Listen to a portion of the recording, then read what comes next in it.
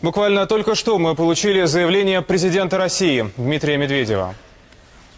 Уважаемые граждане России, вы, безусловно, знаете о трагедии Южной Осетии. Ночной расстрел Цхинвала грузинскими войсками привел к гибели сотен наших мирных граждан. Погибли российские миротворцы, до конца выполнившие свой долг по защите женщин, детей и стариков. Грузинское руководство в нарушении Устава ООН, своих обязательств по международным соглашениям, вопреки здравому смыслу, развязало вооруженный конфликт, жертвами которого стали мирные люди. Эта же участь ждала Абхазию. Очевидно, в Тбилиси рассчитывали на блицкриг, который поставил бы мировое сообщество перед свершившимся фактом. Был выбран самый бесчеловечный способ добиться своей цели – присоединить Южную Осетию ценой уничтожения целого народа. Это была не первая попытка. В 1991 году президент Грузии Гамсахурдия с призывом «Грузия для грузин», только вдумайтесь в эти слова, приказал штурмовать Сухум и Цхинвал. Тысячи погибших, десятки тысяч беженцев, разоренные села. Вот к чему тогда это привело. Именно Россия в тот момент остановила истребление абхазского и осетинского народов. Наша страна стала посредником и миротворцем, добиваясь политического урегулирования. При этом мы неизменно исходили из признания территориальной целостности Грузии. Грузинское руководство выбрало другой путь.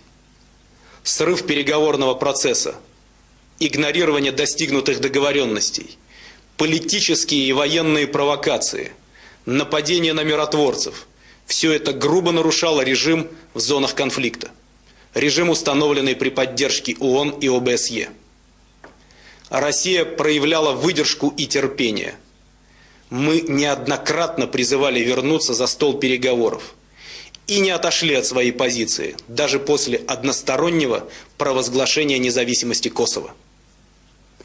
Но наши настойчивые предложения грузинской стороне заключить с Абхазией и Южной Осетией договоренности о неприменении силы остались без ответа.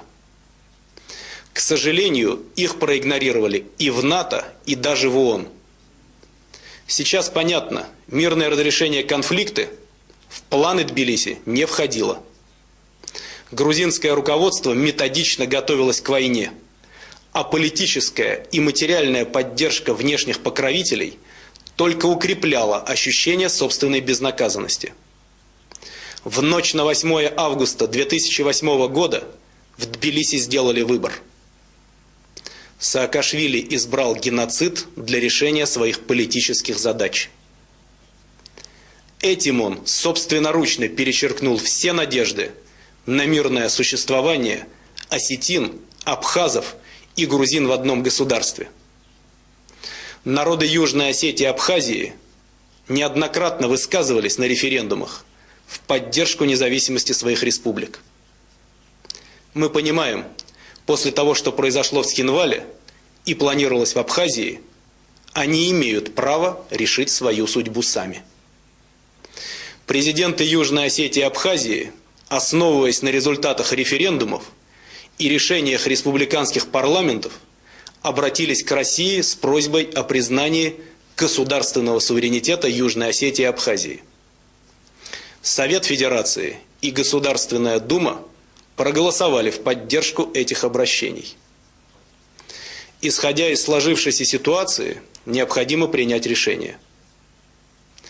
Учитывая свободное волеизъявление осетинского и абхазского народов, руководствуясь положениями Устава ООН, Декларацией 1970 года о принципах международного права, касающихся дружественных отношений между государствами, Хельсинским заключительным актом СБСЕ 1975 года, другими основополагающими международными документами, я подписал указы о признании Российской Федерации независимости Южной Осетии и независимости Абхазии.